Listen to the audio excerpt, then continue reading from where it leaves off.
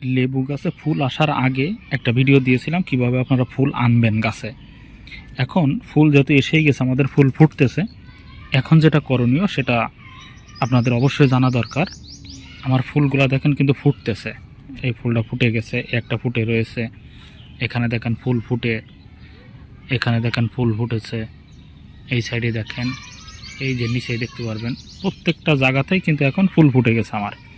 এই মুহূর্তে আপনার যেটা করণীয়, আপনার কাছেও যদি এরকম ফুল এসে থাকে, এখন জানুয়ারির শেষ, ফেব্রুয়ারি শুরু হবে আগামীকাল থেকে।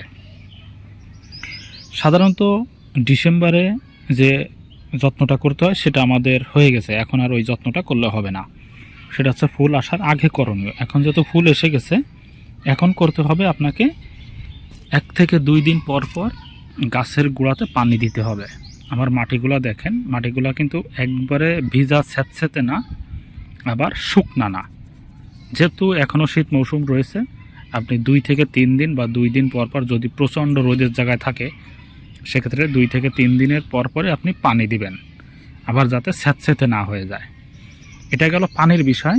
এখন নিয়মিত গাছে খাবার দিতে হবে কিন্তু, কারণ এখন তো গাছে খাবারের চাহিদা খুবই দরকার। শিকড় থেকে রসগুলা টেনে নিয়ে সে এখন ফুলে ফলে পাতায় সব জায়গায় দিবে। আগে তো ফুল ছিল না, আগে শুধু পাতা ছিল, সুতরাং আগে যে পরিমাণ শক্তি লাগতো এখন তার থেকে ডবল লাগবে, কারণ এখন ফুল হয়েছে, ফুলগুলো ফুটাবে, সেখান থেকে ফল আনবে। এই জন্য কী করতে হবে, আমাদের গাছের গোড়াতে ফসফেট এবং পটাশ, এই 2টা খাবার আপনাকে দিতে হবে যদি আপনি রাসায়নিক খাবার দেন। আর যদি রাসায়নিক বাদে যদি আপনি জৈব দেন, সেক্ষেত্রে যে কোনো কম্পোস্ট সার আপনি ব্যবহার করতে পারেন। তবে কম্পোস্ট সার ব্যবহার করলেও, জৈব সার ব্যবহার করলেও একটু ফসফেট এবং পটাশ দিবেন, তবে ইউরিয়া কিন্তু দেওয়া যাবে না। বিষয়টা কিন্তু মাথায় রাখতে হবে।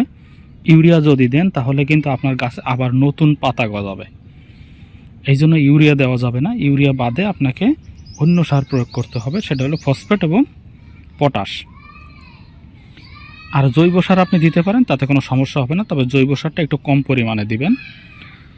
এরপর আসা যাক যত্নের বিষয়টা। আমার গাছের পাতাগুলো দেখেন হালকা হালকা সাদা দেখাচ্ছে, এই যে সাদা দেখাচ্ছে, যে সাদা, এটা হচ্ছে আমি ছত্রাকনাশক স্প্রে করেছিলাম 1 সপ্তাহ আগে। আপনি ছত্রাকনাশক স্প্রে করবেন এখন গাছে, আবার বেশি মাত্রায় বিষ প্রয়োগ করবেন না। বিষ প্রয়োগ করবেন না এই কারণে, এখন কিন্তু গাছে প্রচুর পরিমাণে প্রজাপতি এবং মাছি এগুলো আসবে। মাছি কিন্তু ক্ষতিকর না, সব মাছি, এই যে মাছি একটা দেখতে পাচ্ছেন, এসব মাছিগুলো কিন্তু ক্ষতিকর না। এগুলো ফুলে এসে পড়বে, ফুল থেকে আর এক ফুলে গিয়ে পড়বে, এতে আমাদের পরপরাগায়ন যেটা, এই বিষয়টা ঠিকঠাক মতো কাজ করবে। সুতরাং এখন গাছে কোনোভাবে কীটনাশক দিবেন না। যদি আপনার ফুল ফল ঝরে যায়, পড়ে যায়, সেক্ষেত্রে আপনি ছত্রাকনাশক দিবেন, আর গাছে ঠিকঠাক মতো যে খাবার প্রয়োজন সেটা দিবেন, সেটা হচ্ছে পানি এবং সার। এই সবগুলো দিলেই আপনার ফুল ফল কোনোটাই ঝরবে না, সবই গাছে ঠিকঠাক মতো ধরবে। কিন্তু যদি গাছে খাবার ঠিক মতো না পায়, তাহলে তো ফুল ফল ঝরে পড়বেই এমনিতেই। তো ফুল ফল ঝরে পড়বে এইটা মনে করে আপনি কীটনাশক স্প্রে করে দিলেন, তাহলে তো আপনার লাভ হলো না। কারণ কীটনাশক দিলে এক তো যা কয়েকটা ফুল ফল ধরতো, মানে ফুল থেকে ফল আসতো, সেগুলো তো যে মাধ্যমটাতেই আমাদের এই পরপরাগায়নটা হবে, ওরাই তো বসতে পারবে না, ওরাই তো মারা যাবে, যে মাছি টাছি থাকবে বা ওই বিষের অ্যাকশানে প্রজাপতিগুলোও গাছে আসবে না। এই জন্য বিষটা প্রয়োগ করবেন না। বিষ প্রয়োগ না করে আমি যেগুলো বিষয় বললাম সেগুলোই করবেন। দেখুন, আমি কিন্তু না জেনে বলতেছি না, তার কারণ আমি কিন্তু নিজে এই সিস্টেমগুলো অ্যাপ্লাই করে গাছে কিন্তু ফুল ফল আনতে পারছে। এই গাছে আগে লেবুও ছিল, আপনাদের হয়তো দেখিয়েছি। এরপরে আপনাকে যেটা করতে হবে, আপনি একটা ভিটামিন বা হরমোন জাতীয় যদি কোনো কিছু আপনার হাতের নাগালে পান, তবে আমি এটা বলবো, যখন দেখবেন আপনার ফুল ফল ভালো না, বুঝবেন যে হ্যাঁ একটু দুর্বল বা ফুল ফল ঝরে যাচ্ছে, তখন এটা করবেন। আর এর আগে যদি দেখেন যে আপনার সার প্রয়োগ এবং ছত্রাকনাশক স্প্রে করার পরে ফুল ফল ঝরতেছে না, তাহলে আপনাকে আর কিছুই করতে হবে না, জাস্ট এটা করলেই হবে, আর নিয়মিত পানি। আর যদি মনে করেন যে না, এগুলো করার পরেও আপনার ফুল ফলটা ঝরে যাওয়ার সম্ভাবনা বেশি বা ঝরতেছে, সেক্ষেত্রে আপনি একটা হরমোন বা ভিটামিন বাজার থেকে এনে স্প্রে করে দিবেন। তাহলে আপনার মাছি বা প্রজাপতি সেগুলাও যাবে না, সেগুলাও গাছে থাকবে এবং গাছের যে ভিটামিন বা মিনারেল যা যা দরকার ছিল সে ঠিকঠাক মতোই কিন্তু পাবে। তবে এটা মনে রাখবেন, সার প্রয়োগ করার পরে যদি আপনি মনে করেন হ্যাঁ 1 সপ্তাহ হয়ে গেছে এখনও কোনো রেজাল্ট আসে নাই, তখন এটা করবেন, এর আগে এটা করতে যাবেন না।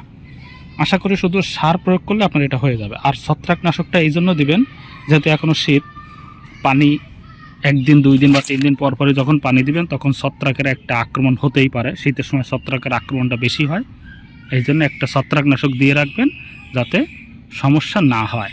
আমার দেখেন ফুল ফল কিন্তু বেশি ঝরতেছে না। আমি একটু নিচে দেখাই, দেখেন এখানে কিন্তু জাস্ট কয়েকটা পাপড়ি পড়ে রয়েছে, তার মানে আমার গাছ থেকে যে ফুলগুলো ফুটেছে সে সবগুলাই কিন্তু আছে।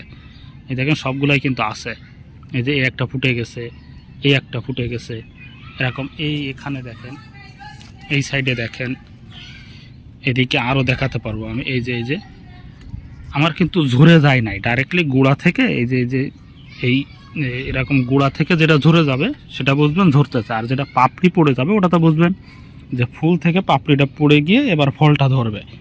সুতরাং এটা বুঝতে হবে যে আসলে কোনটা আপনার সঠিকভাবে ঝরতেছে আর কোনটা সঠিকভাবে না। যেমন এইটা যদি আপনার ঝরে যায়, এটা যদি ঝরে যায় তাহলে আপনি বুঝবেন যে আপনার ফুল ফল ঝরতেছে।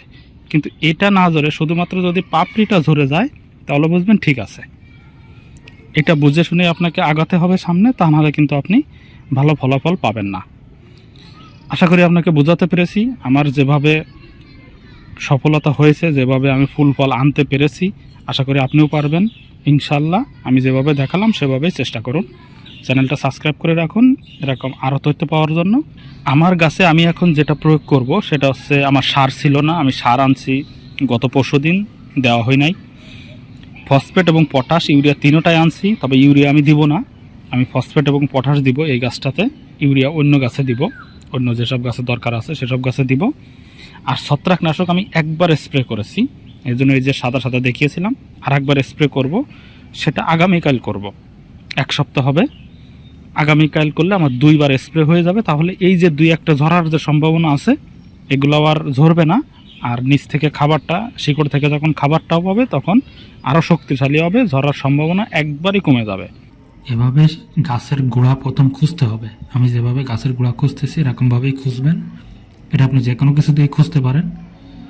এটার পরে আপনি সার দিবেন, তবে অবশ্যই গাছের গোড়াতে সরাসরি সার দিবেন না, একটু দূর থেকে দিবেন এবং অতিরিক্ত মাত্রায় সার দিবেন না। আমি 2 থেকে 2.5 চামচ দিব, আপনি সেখানে 3 বা 4 চামচ দিতে পারেন, এর বেশি দিবেন না। তারপরে আপনি পানি দিয়ে এটাকে ভিজিয়ে দিবেন। এভাবে সপ্তাহে 2 থেকে 3 দিন পানি দেন, আর সার দিবেন 15-20 দিন পরে। এই মুহূর্তে আর সার দেওয়ার প্রয়োজন নাই। আশা করি আপনি ভালো ফলাফল পাবেন।